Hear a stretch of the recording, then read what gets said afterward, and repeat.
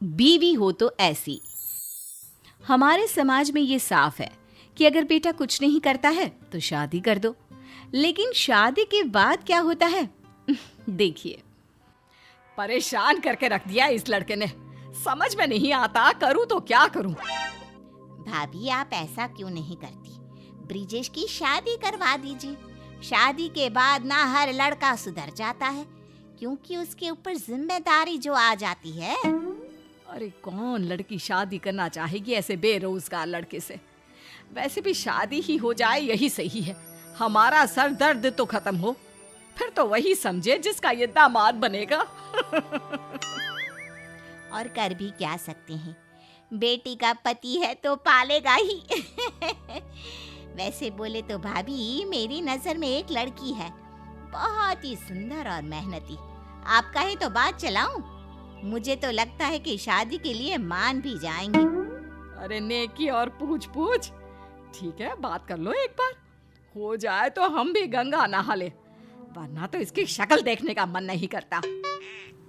ऐसे ही बुआ ब्रिजेश की शादी की बात चलाती है और लक्ष्मी के घर वाले मान भी जाते हैं। कुछ ही दिनों बाद लक्ष्मी की शादी हो जाती है ब्रिजेश के साथ। शादी के बाद, माँ जी ये मार्केट से कुछ सामान लाना था। अरे ब्रिजेश को दे देना, वो ले आएगा। वैसे भी उसको कुछ काम तो है नहीं, यही कर लेगा, पड़ा ही रहता है फालतू। माँ जी लेकिन इनको पता भी होगा कहीं कुछ गलत चीज ले आए तो। अरे फिक्र मत कर, कुछ गलत नहीं लाएगा।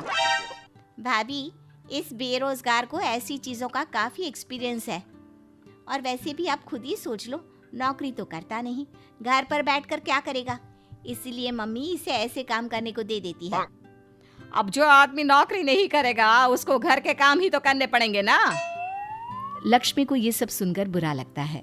अगले दिन, आपके घर वाले बाहर वाले इनकी बात सुननी आपको अच्छी लगती है क्या? आप कोई नौकरी क्यों नहीं करते? नौकरी तो मैं भी करना चाहता हूँ, लेकिन मैं अपना ही कोई छोटा सा बिजनेस शुरू करना चाहता हूँ, और माँ इसके लिए तैयार नहीं होती। कहती है बहुत पैसा खर्च होगा, क्या पता चले ना चले।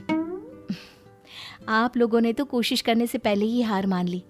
अगर आपको अपना ही कोई बिजनेस शुरू करना है तो मैं आपकी मदद करूंगी। क्या सच्ची में? लेकिन कैसे? देखिए आपको पैसों की ज़रूरत है ना, आप कुछ पैसे माँ जी से मांगी, कुछ पैसों का इंतज़ाम मैं करती हूँ। शाम को ब्रिजेश अपनी माँ से पैसों की बात करने के लिए जाता है। ब्रिजेश की माँ पड़ोस की औरतों से बात कर रही होती है। माँ आपसे कुछ बात करनी थी। हाँ तो बोल ना, यहाँ कौन सा कोई पराया बैठा है, सब अपने ही तो है, बोल क्या बात है। बोलिए ना, आप चुप क्यों खड़े हैं? अब माँ मैंने अपना एक बिजनेस शुरू करने का सोचा है, लेकिन क्या? माँ जी उसके लिए थोड़े पैसे लगेंगे, अगर आपके पास है तो। मेरे पास नहीं है कोई पैसे वैसे, लगता है इसका अभी तक बिजनेस का भूत उतरा नहीं। तुम्हारे ऊपर पैसे लगाने से अच्छा है कि मैं पैसों को आग लगा दूं। अरे नौकरी कर जाकर। लगता है ब्रिजेश ने काम करने का मन बना लिया है। मैं तो कहती हूँ जो बोल रहा है करने दो, कहीं बाद में मन बदल गया तो। अरे कुछ नहीं, ये बस पैसे खर्च करवाएगा, बिजनेस करना इसके बस की बात नहीं, उसके लिए दिमाग चाहिए।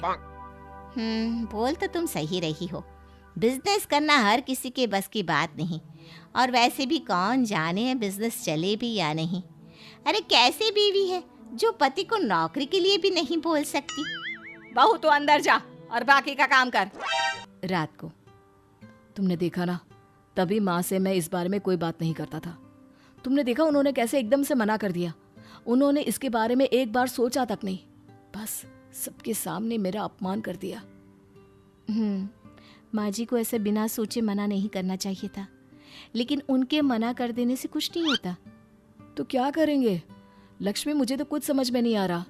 बिना पैसे लगाए हम कोई भी बिजनेस शुरू नहीं कर सकते। ऐसा करते हैं, शादी के वक्त में जो गहने पहन कर आई थी उसको गिरवी रख देते हैं, इससे हमारे पैसों की परेशानी ठीक हो जाएगी। पैसों के लिए तुम्हारे गहने गिरवी रखना, मुझे ये ठीक नहीं लगता। ये गहने तुम्हारे माँ बाप ने कितने प्यार से दिए थे, और फिर माँ भी तो सच्ची कहती है, पता नहीं काम चले ना चले। लो जी, पहले ही सोच लिया कि नहीं चलेगा। मुझे तो लगता है कि आप मुझे इससे 2 गुने गहने बनवा कर देंगे। देंगे ना? जरूर, तुम्हें विश्वास है तो जरूर काम चलेगा, लेकिन अगर नहीं चला तो? अरे तब की तब देख लेंगे। अब ये करते हैं कि काम के लिए तैयारी शुरू कर देते हैं। कुछ महीनों बाद ब्रिजेश का कंप्यूटर कोचिंग सेंटर बनकर तैयार हो जाता है।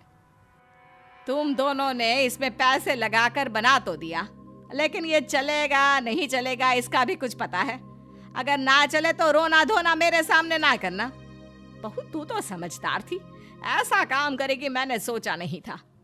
तेरे गहने पर मेरी नजर थी कि मेरी बेटी के काम आएंगे, लेकिन तू। अरे रहने देना माँ, पैसों से सिर्फ सामान आता है। अब भाई तुम अपने स्टूडेंट्स भी भाभी के पैसों से खरीद के लाना। पता नहीं खोटे सिक्के पर कोई भरोसा करेगा भी या नहीं। माँ जी और मेरी प्यारी ननद, जब हम दोनों मिलकर इतना कुछ कर सकते हैं तो मुझे ये भी यकीन है कि हमारा कोचिंग सेंटर भी अच्छे से चलेगा। और नहीं चला तो आप लोगों का तो वैसे भी कुछ नहीं जाएगा। हाँ माँ, मैं इस कोचिंग सेंटर को खूब अच्छे से चलाऊंगा। मैं लक्ष्मी की उम्मीदों पर खरा उतरने की पूरी कोशिश करूंगा। अरे देखते हैं लक्ष्मी सच में तेरी जिंदगी की लक्ष्मी है या सिर्फ नाम की। इतने में आस पड़ोस की कुछ औरतें आती हैं। बधाई हो ब्रिजेश की माँ, आपके बेटे ने कोचिंग सेंटर खोल दिया। इस सेंटर को देख मेरा बेटा भी यहाँ आने की जिद कर रहा है। कहता है मुझे भी कंप्यूटर सीखना है। अब कोचिंग यहाँ खुलने से मैं निश्चिंत हूँ, उसे कंप्यूटर सीखने कहीं दूर नहीं जाना होगा। अरे ये तो बहुत अच्छा है, खुलने से पहले ही बच्चे आना शुरू हो गए। छोटू से कहना अपने साथ अपने दोस्तों को भी ले आए। हाँ हाँ क्यों नहीं, उसने अपने दोस्तों को भी बता रखा है। तो आप छोटू को परसों से भेज देना, परसों से कोचिंग सेंटर खुल जाएगा। 1 महीने बाद। माँ देखो, मैं अपनी पहली कमाई से आपके लिए ये साड़ी लाया हूँ, और ये तुम्हारे लिए लक्ष्मी। और वो कहाँ है? इसका सामान मैं उसके कमरे में रख कर आता हूँ। माँ जी देखिए, आज ये कितने खुश लग रहे हैं। इतना खुश आज से पहले मैंने उन्हें कभी नहीं देखा। हाँ, नया नया शौक है। खुश क्या दिखेगा जब सारा दिन सोता रहता था। पता नहीं तेरे बाप ने क्या देखा, पर हमें क्या। मेरे पापा ने इनकी डिग्री और ये देखा कि इन्होंने पढ़ाई के लिए कभी आप लोगों से पैसे नहीं लिए। देश के सबसे अच्छे कॉलेज से स्कॉलरशिप से पढ़ाई की। माँ जी ये नौकरी नहीं करना चाहते थे, ये तो आप भी जानती थी। शादी से पहले ही मुझे इन्होंने सब कुछ बता दिया था और मुझे इन पर विश्वास था। हाँ माँ, लक्ष्मी के विश्वास ने ही मुझे फिर से खड़ा किया, वरना मैं तो कुछ नहीं था। मैं तो कहता हूँ कि बीवी हो तो लक्ष्मी जैसी।